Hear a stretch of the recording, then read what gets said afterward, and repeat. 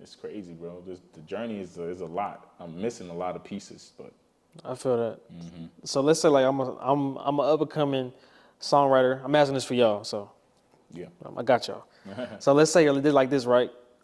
I wanna be a songwriter on the back end. I want to get better at it. I want to be one of the best. I want to be a competitor, but I want to be me at the same time. What advice would you give me as a person that's trying to be a songwriter, a person that's trying to make music? What advice would you give me Man, since you've been around for a minute yeah, doing I this would shit? hope like you're humble enough to not feel like you're the best writer. Because I don't care if you're the best writer, somebody's better than you, Yeah. and you can always learn. You know, so I feel like as a person who wants to be the best writer or be one of the best writers, I feel like you need to be able to be. I feel like you need to be humble enough for people to critique your work, and be able to work with people that are good writers to developing you into a great writer. You know what I'm saying? So Right. if you're young, I would say be humble, learn from the greats, learn from people who are great at writing. And one advice I'll tell you is pick up a book and read. Do your research. Look up people who are great writers. Your favorite people that feel like, look up dope songs that has great numbers on them, that have won Grammys, and just study how the lyrics was written. You know, because I learned how to write. Like when I came here, I didn't know how to write English, so I had to go to the library, learn how to write. How do you write "the"? How do you write "day"? How do you do that? I had to learn how to write. On top of that, transitioning into writing music, transitioning writing poetry, and then transition that into music. So it's a complicated situation. Right. Learning English, learning how to write English, learning how to write Damn. poetry, and then switching it into music. I Yeah. was an exceptional poetry, but now bringing it into music, you got to dumb it down a little bit or make it sound something that poetry is more something that's tied to you. Yeah. So you can write it in a way where you understand and hoping that somebody can interpret it in a way that you wrote it. But even if they interpret it in a way that they feel, that's also good because that's what poetry is supposed to be. But with music, it's kind of the same thing, but you also want people to I understand where you're understand what you're coming even from. talking You about. know, Cause what you're like, talking about, yeah. you're talking from, where you've been at that time, your lifespan, like what you're going through. Like they have to be able to interpret that and then relate that to how they feel or something that they can apply to themselves. Yeah. But as a young writer and that you want to be the best, read, be humble enough to learn from other people, write as much as you can. I would say steady melodies, steady people who's been doing music that's already out. Go look up the lyrics and just study how it was written. Old, new, all type of music. Don't even Right. get stuck on one, because then you're just telling yourself to just be one dimensional, right? Yeah, That's yeah. the word. I'm still learning how to One speak trick pony. Yeah. You know Can't what be I'm no saying? one I'm trick still pony. learning how to I'm still learning English. That shit crazy. That's but crazy.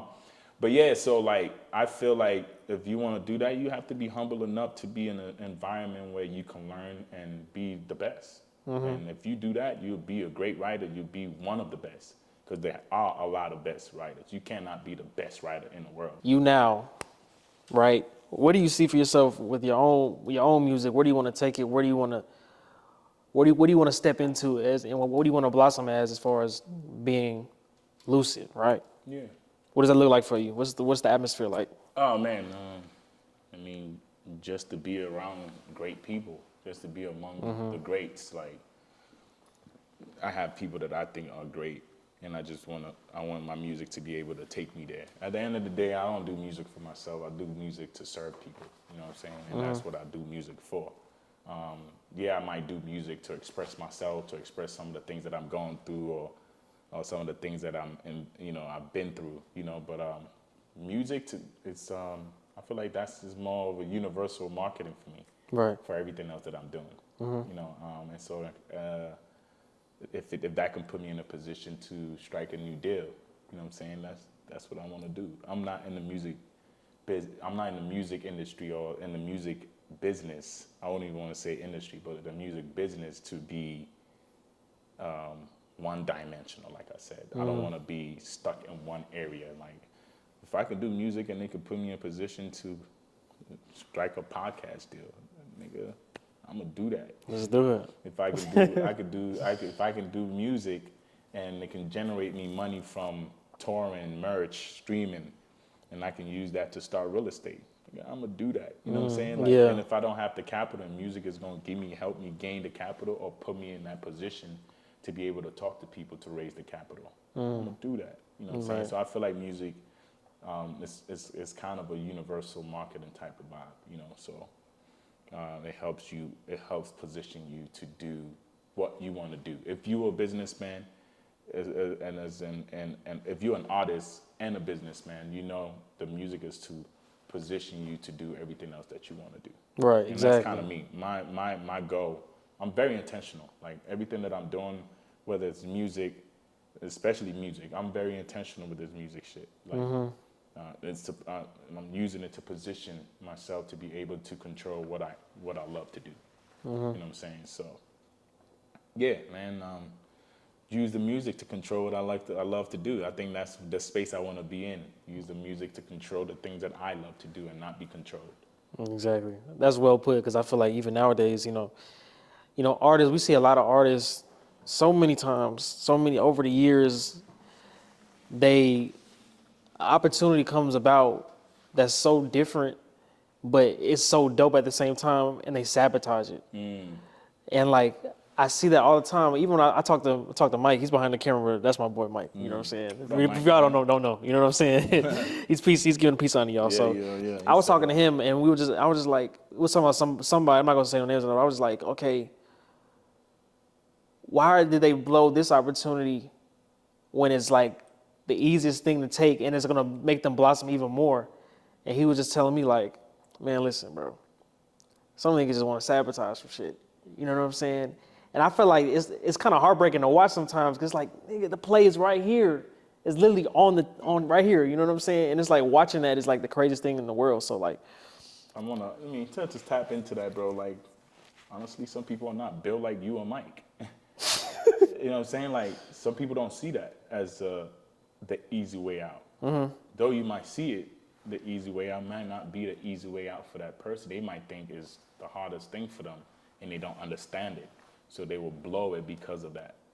You know, the way you grew up is completely different, because you're hungry and you can see, and you were creative. Some people just, they picked it up and it became something good for them. And so when they see an opportunity, they don't even see it as an opportunity. And sometimes ego gets in the way. They feel like they can get something better and want something more. Yeah. Instead of like picking it up and then taking it from there and then moving, because they feel like, all right, if this opportunity can come, then that means a bigger one can come. You know what I'm saying? Exactly. So they try to hold on to take a better opportunity when they don't have that better opportunity on the table, when they have a good opportunity on the table. 1,000%. You get what I'm saying? So sometimes it's just some people that either is greed and they want more, and they miss out on an opportunity, or they just don't see it as opportunity and they blind to it.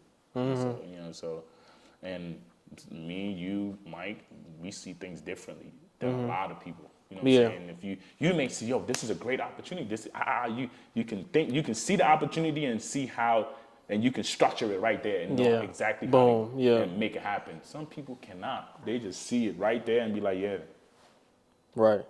But you can see it and be like, yeah, when we get this, we could do this, we could do that, we do this, we do that. Some people do not go that far. As soon as I see an opportunity, I'm 50 step ahead. Over with. Yep. You know what I'm saying? Over with. The moment the opportunity is there, nigga, we don't build a house. Nigga, like, you know yeah, for sure. We build a house in my head. So a lot of people don't see that. You know what I'm saying? Like, so people are different. You know what I'm saying? And that's how you got to just take people as they are. And then if you can help them, if you can advise them at that time, and they don't feel like it's right, you just have to let them experience that. That was an opportunity that you miss on, and I'm pretty sure if there's an opportunity and they missed out on, they're gonna regret it. They're gonna feel that shit. You know right, exactly. And that's the experience they have to learn. In a couple sentences, right? Let's say like you write an essay and it's your story, your narrative, right? What would be those last couple sentences that you would put and you would tell the audience right now? Man, in everything you do, put your heart to it and give it 1,000%. That's the only way to the top. You can't give up. How many? Couple sentences. Oh, damn. Matter of fact, no limit. All right, cool. Yeah, my bad. He try to limit me, Mo. Why you try to suppress my Kanye, I ain't bro? trying to limit you, bro. Do your thing, bro. But nah, for real, I would say try and perfect your craft. be humble with it and learn from people. You know what I'm saying? Be humble and learn from people who are doing it. Even if you feel like somebody's not doing it, just be humble and just listen to them. So yeah, bro, be humble, perfect your craft, and just keep pushing. Don't give up. Give it 1,000%. It's fire, bro. Lucid, boss man. My man. I appreciate Thank you, you, bro. man. I appreciate you. You know, I'll send you that invoice. At the end of the day, it's still business. Yeah, for sure, brother. I appreciate you, bro. For sure. This is True Stories Eats. We're Yes, signing sir. out, y'all. Yeah, we just finished the story. Mike, what we eating? We going to Ike's? Shit. Mike? Yeah, Mike, we come to Ike's. You know how it is. All right, y'all. So we out of here. Bam.